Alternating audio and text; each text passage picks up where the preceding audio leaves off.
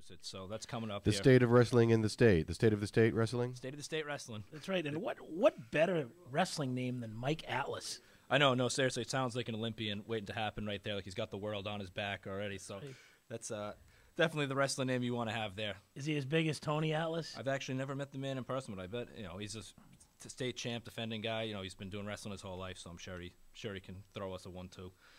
So certainly he knows what he's talking about. Yeah, and he does. So. Somebody does. Anybody named Atlas, I'm probably going to give him the seat at the bar. Yeah, I think so. All righty. So let's listen. We have a special guest on the line, Mr. Mike Atlas. Mike wrestled at Burlington High School, where he was a 2-time All-State champ and an NHSCA Senior Nationals All-American. Mike has taken over ownership of MassWrestling.com. Again, folks, www.masswrestling.com since 2004.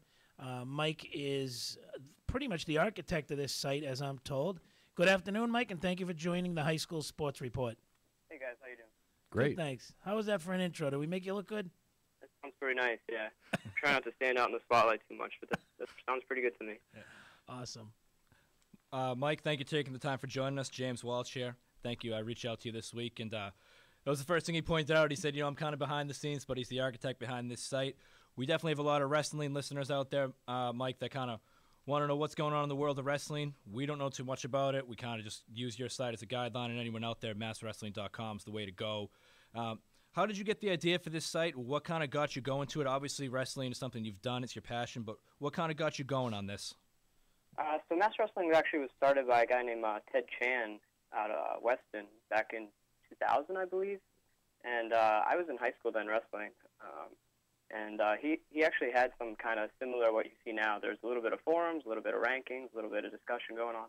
I thought that was pretty cool back then. And I don't know, it got made fun of for, talking about that stuff in practice. People would say, kind of a computer geek. I still am kind of a computer geek these days. I work as a software engineer. Anyway, when I got to college, I wasn't wrestling anymore, and I see that the site was kind of falling behind and being uptake. So I don't know. Actually, I reached out to Ted and I said, I think I could help out. And he said, well, do you want to run the site yourself? And I said, oh, okay. So that was in 2004. I've been running it ever since. And, Mike, since you've been in high school, and what year did you graduate? Do you want to throw that out there or no? No problem. 2003. 2003. I'm right behind you, or before you, I guess, 2002. How has Mass Wrestling changed? The state of, what is the state of Mass Wrestling here since when you were wrestling to where it is now? It seems like it's growing every year and getting bigger and bigger from how the kids are doing at nationals and so on. Yeah, that's definitely true. I think probably this year, every year, we're seeing about 1 or 2 new teams start up. Or we're seeing teams that maybe had a team in the past come back. So, for example, this year Andover has a team. They were, I don't think they had one in the past. They had teams like Westford Academy come back out of the blue. Beverly has a team this year. They're pretty new too. They're doing all right. But besides high school teams starting, I think one of the big things that you see is the off-season club teams out there. So you have teams like Doughboy out of Lowell, you got Dungeon, you got Wadsworth and Franklin, you got Smitty's Barn and Danbury, New Hampshire. Yeah. But anyway, those teams, those guys are they're training year round and they're going out to national level tournaments and placing. And so what they do is they end up coming back and they raise the level of competition here in Massachusetts. Do you see wrestling going the way of, say, like a hockey, lacrosse, and soccer, where the best wrestlers do club, or the best, it's not your high school team anymore, it's more what you do at the club level that gets you on to college? Do you see wrestling going that way, or is it already that way? It already is that way in Massachusetts. I think for the best guys, they're doing the best stuff of their career in the off season. It's not for want of Massachusetts being a place to show. It's just that the recruiting and the college level people, coaches out there, don't come to Massachusetts to look for wrestlers. They go to the national level tournaments and see the guys doing what they're doing.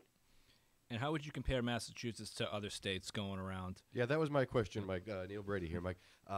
In the grand scheme of things, what are the top wrestling states? Are we talking Iowa, Nebraska, Virginia? And how does Massachusetts rank within those or up against those powerhouse states? Definitely. Well, we don't usually compare at all, honestly. So, and that's not meant to be an insult to Massachusetts wrestling. The Rust Belt region, Pennsylvania, Ohio, as well as New York, New Jersey, those are traditional powerhouses. Iowa, definitely. Mm-hmm.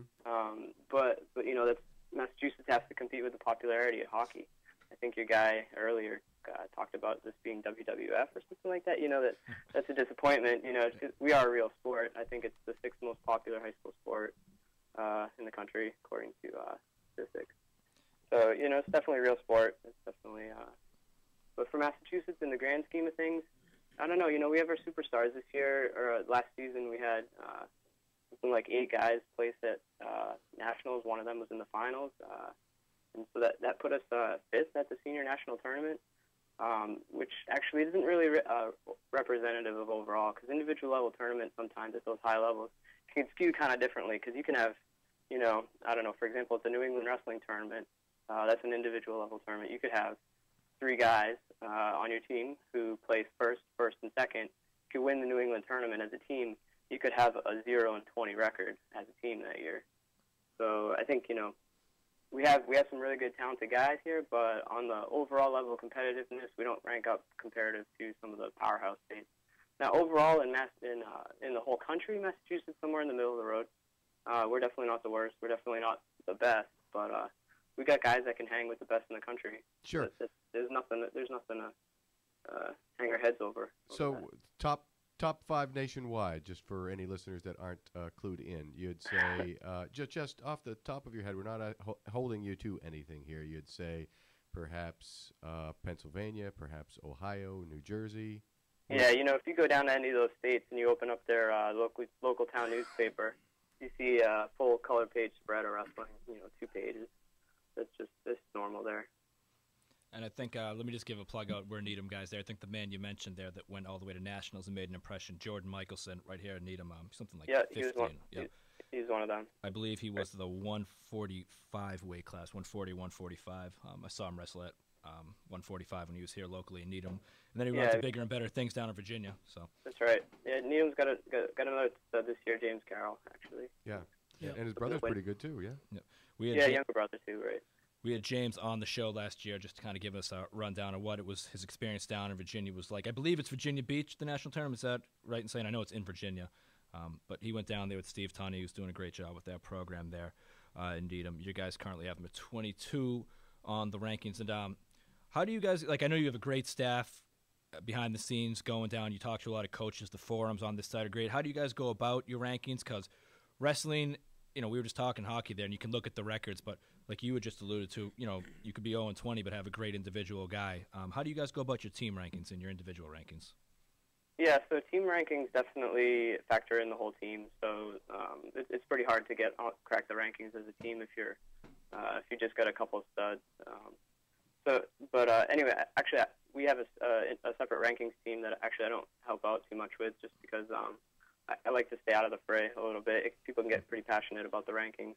They have their opinions or whatever. I used to get prank phone calls about when I did work on the rankings. I couldn't take that. James, will you please stop making those calls? Yeah. I was going to say, I'm actually looking at the website right now at the rankings in bold letters. Don't contact Mike Atlas about the rankings.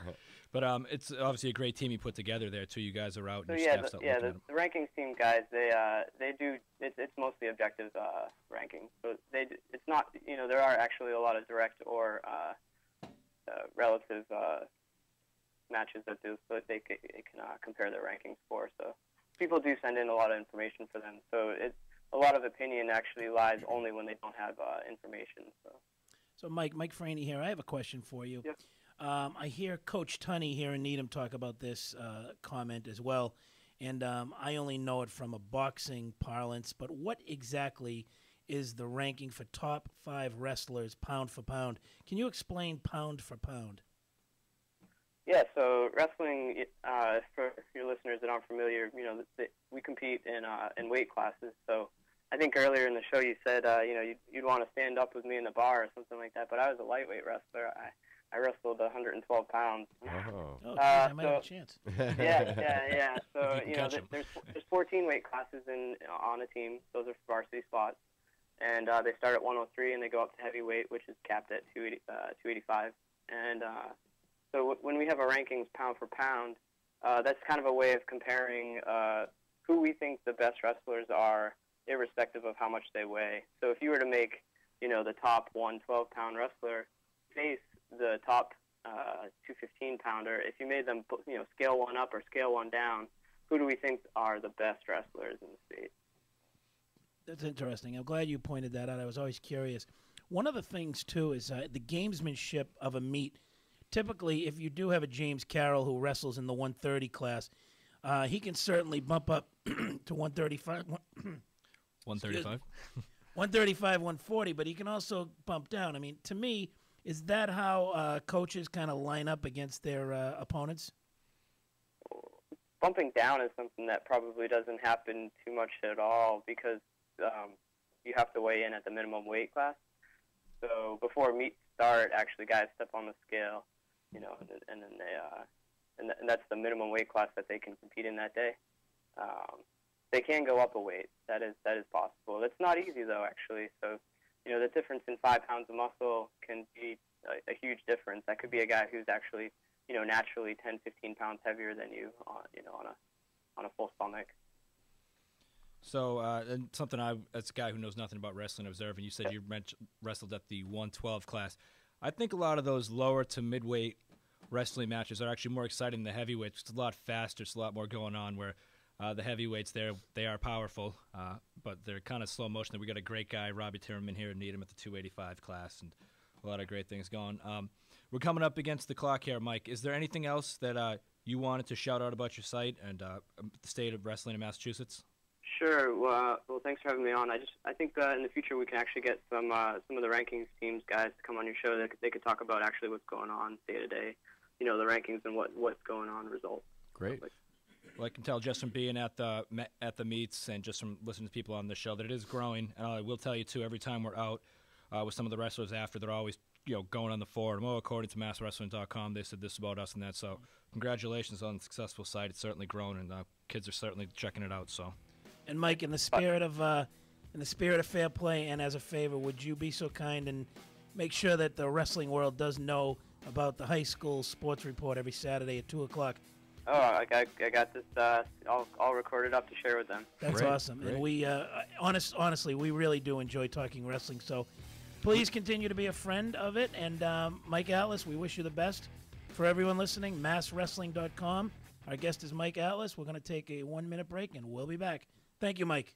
Liquid Gels, now available at CVS Pharmacy. Claritin Liquid Gels capsules are the first and only non-drowsy allergy medicine with pure liquid power, releasing a wave of relief for your itchy, watery eyes, sneezing, and runny nose. Depend on Claritin Liquid Gels and live Claritin Clear. This week, CVS Pharmacy Extra Care Card members can save on Claritin Liquid Gels.